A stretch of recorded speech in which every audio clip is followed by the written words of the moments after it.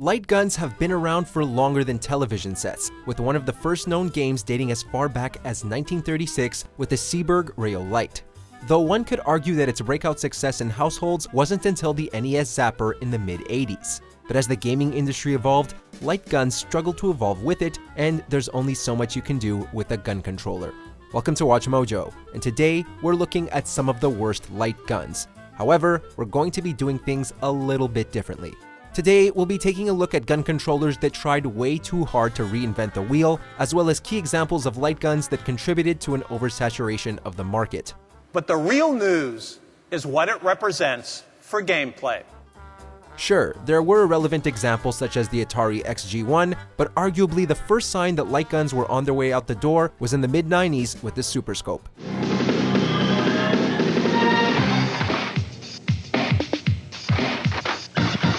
Now two can play the games of the Super NES Super Scope. It served as the successor to the NES Zapper, only they took the cute design of the Zapper and, in keeping with the 90s theory of overkill, amplified it tenfold to create an enormous bazooka which did nothing but eat up living room space. It was also wireless, which meant that it required 6 AA batteries to run, batteries it would eat up in a matter of hours. Its size also intimidated younger players who found it difficult to use, and there were few exclusive games released for the Super Scope, making this massive beast nothing but a battery-hungry, space-wasting heavy piece of plastic. Super Scope 6 only for Super Nintendo, system and scope sold separately. Now you're playing with power, super power. However, gaming during the 90s was also in the midst of a major console war between Nintendo and Sega, so guess what Sega created as a competitor to Nintendo's Super Scope? Bobby! Come give your Aunt Bertha a big kiss. The Menacer was released in 1992 for both the Sega Genesis and the Sega CD console, but it was such a massive commercial and critical flop that no one seems to remember its existence.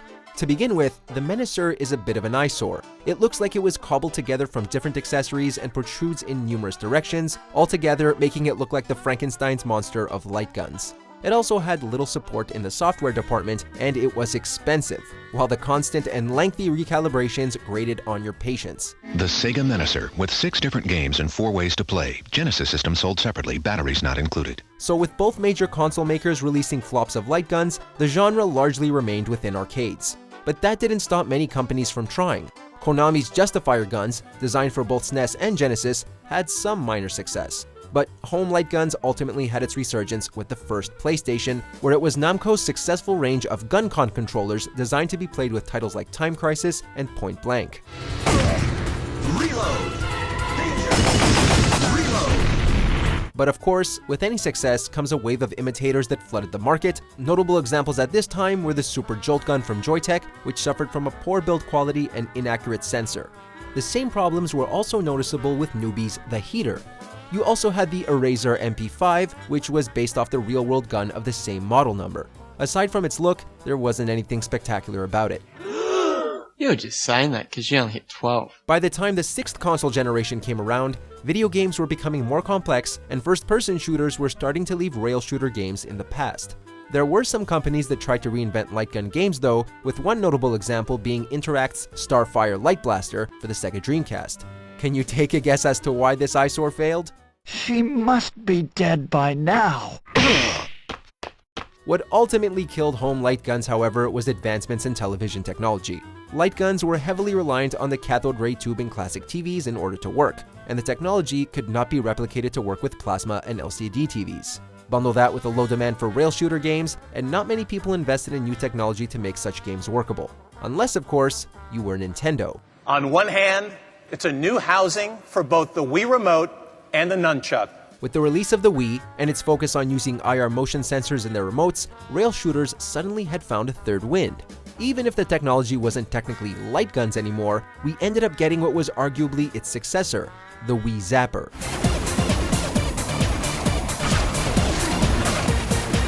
Sure, it was nothing but a gun-shaped shell in which you placed the Wiimote and the nunchuck, but we can't say it wasn't functional because it did exactly what it advertised, held your remotes, and gave you the feeling of brandishing a weapon. That said, it was a bit of a mess in terms of function and appearance. It looks goofy and childish, and the trigger placement was rather awkward. The trigger was also unreliable, and it was hard to access the Wiimote's buttons, making some games difficult to play. It's nothing but a piece of obtrusive plastic, thus making the shell redundant since you were better off simply playing games with the bare remote and nunchuck. What's even more fun than whack-a-mole? Well, try Zap-a-Zombie. One of Nintendo's biggest rivals couldn't help but try to mimic their success. Thus, we got the PlayStation Move Sharpshooter. This was an add-on for the PlayStation Move, which was designed to replicate Nintendo's Wii Remote.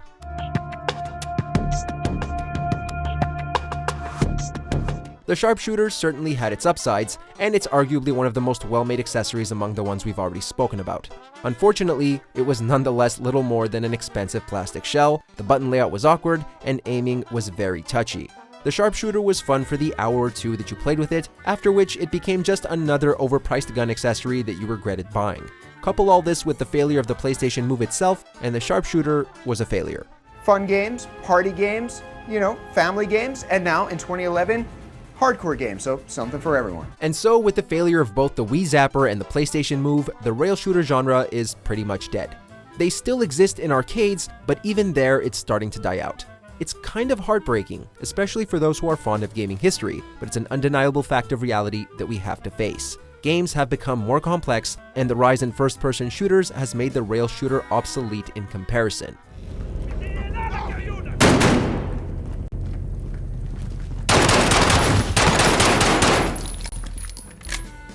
Before we continue, be sure to subscribe to our channel and ring the bell to get notified about our latest videos.